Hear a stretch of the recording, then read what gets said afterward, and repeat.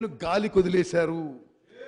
2020లో పోతిరెడ్డిపాడును 20,000 క్యూసెక్లకు పెంచడంతో పాటు 80,000 sorry I repeat 2020లో పోతిరెడ్డిపాడును 80,000 క్యూసెక్లకు పెంచడంతో పాటు పక్కనే రాయలసీమ లిఫ్ట్ ఇరిగేషన్ స్కీమ్ నిర్మాణం చేపట్టేందుకు ఏపీ ప్రభుత్వం జారీ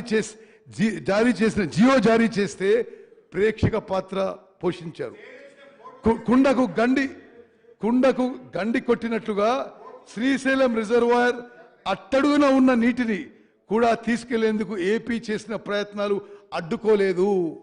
రాయలసీమ లిఫ్ట్ ఇరిగేషన్ స్కీమ్ 797 లెవెల్లో కట్టి మొత్తం శ్రీశైలం ఖాళీ చేయడానికి ఆంధ్రప్రదేశ్ ప్రభుత్వం చర్యలు తీసుకున్నా గత ప్రభుత్వం ఏమీ చేయలేదు. రాయలసీమ లిఫ్ట్ ఇరిగేషన్ ప్రాజెక్టు టెండర్ల ప్రక్రియ పూర్తయ్యే వరకు అప్పటి ప్రభుత్వం కేంద్రానికి ఫిర్యాదు చేయలేదు. అదే సమయంలో జరిగిన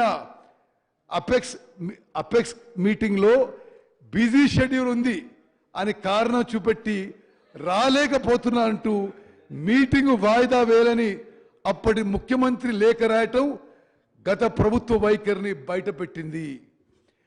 మహబూబ్ నగర్ చెందిన రైతు ట్రిబ్యునల్ని ఆశ్రయించి స్టే తెచ్చేంత వరకు అప్పటి ప్రభుత్వం నిద్ర నటించింది. గత ప్రభుత్వ నిర్వాకంతో కృష్ణా జలాలను ఆంధ్రప్రదేశ్ యథేచ్ఛగా తమ ప్రాంతానికి మళ్లించుకుంటోంది. పోతిరెడ్డిపాడు, సంగమేశ్వరం, ముచ్చుమర్రి నుంచి రోజుకు 9.5 టీఎంసీల నీటిని ఏపీ ఖాళీ చేస్తోంది. జలాశయం నిండక ముందే నీళ్లు తరలించకపోయేలా ఈ ప్రాజెక్టులు కట్టుకుంది.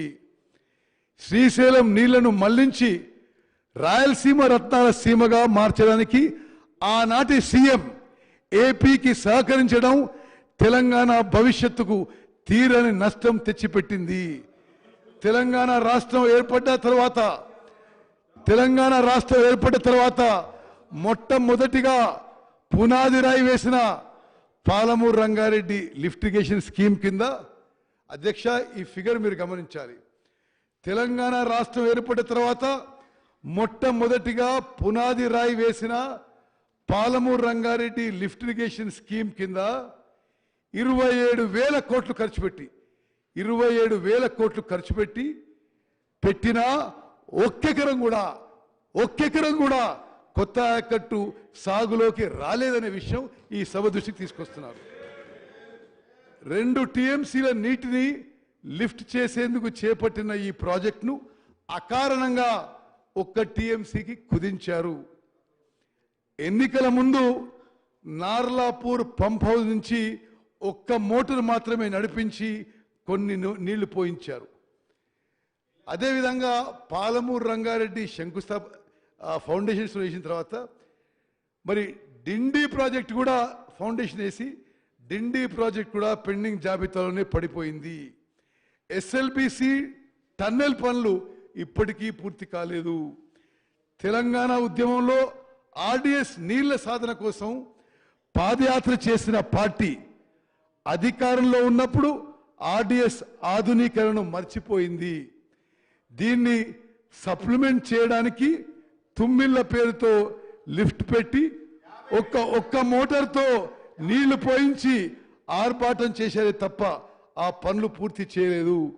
దీంతో ఆర్డిఎస్ ఆయకట్టు 1 ఎకరం కూడా పెరగలేదు. గత ప్రభుత్వం అనుసరించిన దుర్నీతి కారణంగా ఇప్పుడు శ్రీశైలంపై ఆధారపడ్డ మహబూబ్ నగర్ జిల్లాలోని ప్రాజెక్టుల భవితవ్యం ప్రమాదంలో పడినట్లయింది. ప్రధానంగా నాగార్జున సాగర్లో నీటి నిల్వలు తగ్గిపోతున్నాయి. దీనిపై ఆధారపడ్డ నల్గొండ, ఖమ్మం జిల్లాల ఆయకట్టు రైతులు నష్టపోతున్నారు. అదేవిధంగా అధ్యక్ష, నేను ముందోసారి